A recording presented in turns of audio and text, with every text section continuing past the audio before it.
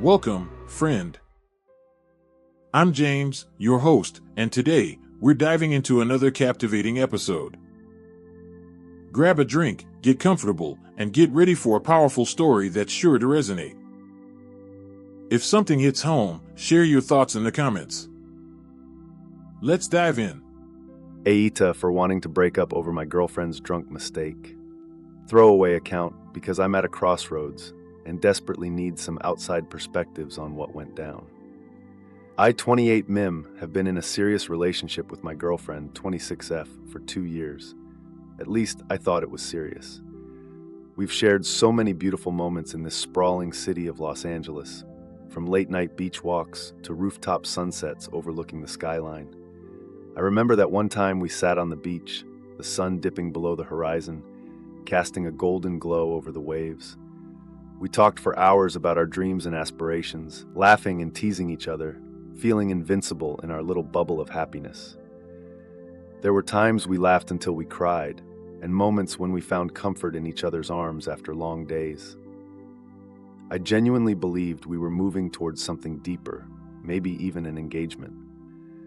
I envisioned a future where we built a life together, surrounded by friends and family who celebrated our love. Every date felt like another layer in the foundation we were laying, and I felt secure in the belief that we could weather any storm. A few nights ago, she went out with her friends to celebrate a birthday at a popular bar in West Hollywood, a hot spot known for its vibrant atmosphere and alluring charm. It was the kind of place where laughter and music spilled into the streets, where strangers became friends, and where memories were made, or, as I would soon learn, shattered. I had to work late and couldn't join them, but I urged her to go out and enjoy herself. "Have fun. You deserve it," I told her, trusting her completely. I watched her get ready, her hair cascading down her back, that little black dress hugging her in all the right places, and I couldn't help but smile. As I settled into my work, I had no worries on my mind. After all, this was just a night out with her friends, and I was confident in our relationship. I felt secure, believing that nothing could jeopardize what we had built together. Little did I know, trust can shatter in an instant, and the very foundations of our relationship would soon be tested in the harshest of ways. The following morning, my phone buzzed with a text from her. She wanted to come over. The message sent a chill down my spine. I could sense something was off, an unsettling tension hanging in the air as I waited for her to arrive. I tried to shake the feeling, but found myself pacing the room, my heart racing with a mix of anxiety and dread. I envisioned the worst-case scenarios. Was she hurt? Did something terrible happen? I recalled the last time she went out with her friends. It had been a fun night filled with laughter and camaraderie. This time, though, the atmosphere felt different. When she finally stepped through the door, her eyes were red-rimmed and puffy, her face pale as if she'd seen a ghost. My heart dropped into my stomach, an ominous weight settling on my chest. I instinctively knew that whatever was about to unfold would change everything. We sat on my couch, and I could see the turmoil swirling within her. "I need to tell you something," she began, her voice trembling as she struggled to find the words. My mind raced through a dozen scenarios, each worse than the last. I thought, maybe she got into a fight with one of her friends, or perhaps something happened at the bar, but deep down I feared it was something far worse. She took a deep breath, her eyes darting around the room as if searching for the right words to ease the impending blow. But nothing could have prepared me for what came next. She recounted the night with shaking hands and tearful eyes, her body trembling as she spoke. "I got really drunk. Really drunk," she confessed, her voice wavering like a candle in the wind. The vulnerability in her tone made my heart ache, but the realization of what she was about to reveal made me tense with dread. As she spoke, I felt a sinking feeling in my stomach, a cold weight pressing down as the gravity of her words began to settle in. The bright lights of LA, the pulsing music, and the laughter of her friends all felt distant as she relayed her story, and my heart raced with dread. At the bar, she spotted a guy who bore an uncanny resemblance to me. Same hair, same build, same charming smile that I had always loved. In her intoxicated state, she thought it was me. Fueled by the alcohol and the dim lights, she approached him, calling out my name like it was a beacon of safety. He just smiled and played along, his charm drawing her in like a moth to a flame. They danced and chatted, lost in the moment, her laughter mingling with the vibrant energy of the club, each beat of the music echoing the rhythm of her heart.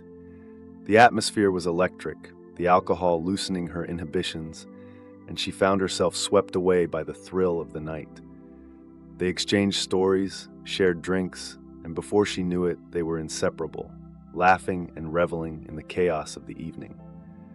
As the night wore on, they left the bar together, her mind still clouded by the booze, drifting through the night like a leaf in the wind, oblivious to the consequences of her actions. My heart raced as she continued. She spent the night with this stranger, wrapped in his arms, still convinced it was me. The moment she realized the truth, a stranger's bed, a stranger's face, was when the world around her began to crumble. I woke up and it hit me like a truck. I wasn't with you. I was with someone else, she gasped, tears spilling down her cheeks like raindrops on a window pane. The gravity of what she was saying hit me like a tidal wave, a crushing force that left me breathless. I could see the horror in her eyes, the realization of what she had done crashing down like a tsunami. She wasn't just confessing to a drunken mistake. She was confessing to an emotional betrayal that felt like a knife in my chest. I listened, numb, as she poured out her guilt and horror. "I never meant to cheat on you," she cried. "I thought I was with you the whole time." Each word was a dagger, twisting deeper into my heart. Each tear she shed felt like a reflection of my own pain. I wanted to scream, to shake her and ask how she could confuse me with someone else. I wanted to ask how she could throw away everything we had built together in a single night of poor choices. "But you still slept with him," I finally said, my voice hoarse and broken, like a fragile vase on the verge of shattering. "You still chose to be with someone else, even if you thought it was me." The thought replayed in my mind like a haunting melody. Her in bed with another man, sharing intimacy with a stranger while I was miles away, oblivious. It hurt more than I could articulate, a visceral pain that settled in my bones, squeezing my heart in a vice grip. I loved her deeply, but how could I ever trust her again after this? The foundation of our relationship felt like it was crumbling, leaving me grasping at the remnants of what once was. Her friends, who I thought were there to protect her, had known me. They had seen her stumble into that bar. They could have stepped in, intervened, but they didn't. It made my blood boil. They allowed her to go off with a look-alike while I was left waiting, trusting. "What kind of friends let that happen?" I demanded, frustration bubbling to the surface, my fists clenched tightly. How could they not care about you or about us? The betrayal felt compounded, not just by her actions, but by the betrayal of those who were supposed to look out for her. It was a bitter pill to swallow, knowing that while I trusted her, the people around her had failed to protect our relationship. My mind was swirling with emotions. Anger, betrayal, sadness, each one crashing over me like waves, pulling me under and threatening to drown me in despair.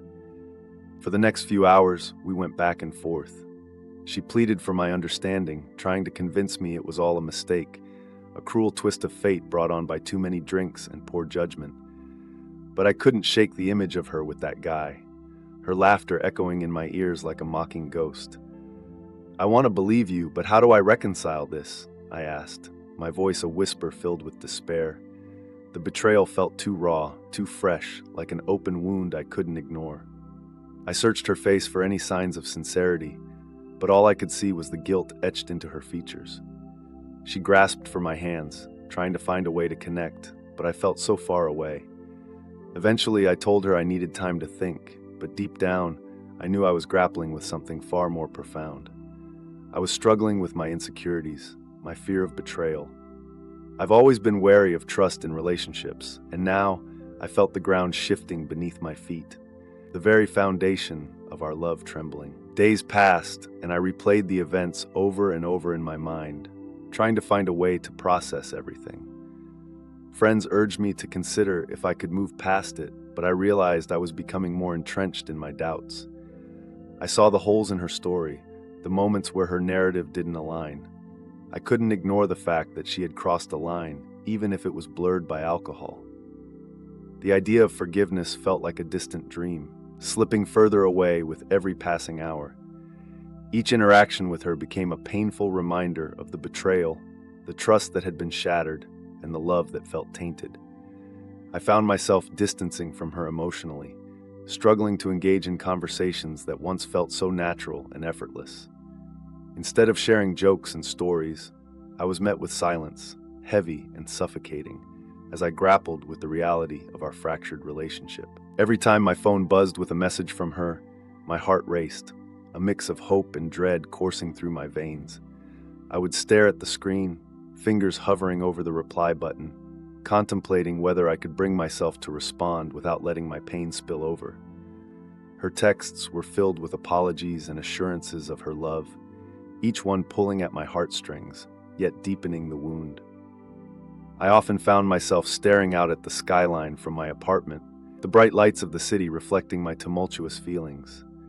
The world felt alive and vibrant, yet I was trapped in a haze of confusion and heartache. Finally, after days of soul-searching and sleepless nights, I made the difficult decision to end it. I knew I couldn't live with this constant ache, the image of her in bed with someone else replaying in my mind like a broken record. I gathered my thoughts, pacing the floor as I prepared for the conversation I never wanted to have. The weight of the moment felt suffocating, but I knew it was time to confront the reality of our situation.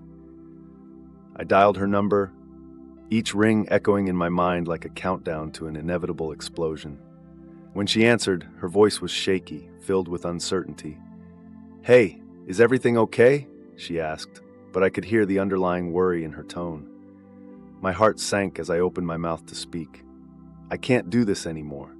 I can't live with the image of you with someone else, even if it was a mistake," I finally said, my voice heavy with emotion. The words hung in the air, a painful truth that felt like a dagger piercing through the remnants of our relationship. I could hear her breath hitch on the other end, a sharp intake that confirmed my worst fears. Her sobs echoed through the phone, and I could hear the desperation in her voice as she insisted she loved me, that it had meant nothing, but the damage was done. "Please, just let me explain," she pleaded, her words a frantic rush, but I knew that any explanation wouldn't change what had happened. It wasn't just about the physical act, it was the betrayal of trust, the breaking of something beautiful that I couldn't mend. The love that once felt like a sanctuary now felt like a prison, trapping me in the memories of her betrayal. As the conversation dragged on, I tried to remain firm, but the cracks in my resolve began to show. "I want to believe you," I said, my voice faltering, "but how can I ever trust you again after this?" The question hung between us, heavy and unresolved. We ended the call with a mix of sadness and resignation, the finality of my decision sinking in. I felt a sense of relief mingled with sorrow, knowing I had made the right choice, but also mourning the loss of what we once had. After sharing my thoughts and hearing everyone's perspectives, I felt a sense of clarity. While her remorse was palpable, I knew I was right to prioritize my well-being. I began to reach out to friends, reconnecting with those I had neglected during our relationship.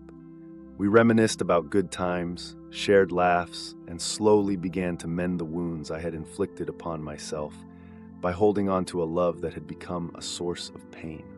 As days turned into weeks, I focused on healing and rediscovering myself, taking things one day at a time. I returned to hobbies I had set aside, throwing myself into painting and exploring new trails in the hills of LA. Each brushstroke on the canvas became a form of therapy, allowing me to express the emotions I had bottled up for so long. I started hiking again, the cool air filling my lungs as I ascended the trails, providing a sense of freedom I had longed for. Slowly, I began to understand that while my relationship with her was over, it was also a turning point for me. I learned to prioritize my happiness and emotional well-being. It wasn't easy. Some days were filled with sadness, where memories would sneak up and catch me off guard. But I embraced the struggle, knowing it was part of my healing journey. I'm grateful for the people who took the time to weigh in. You helped me see the situation for what it was. As I moved forward, I promised myself to be more discerning about trust in future relationships, knowing that love should never come with conditions that compromise my self-worth. Thank you all for your support, and I wish everyone here a peaceful evening.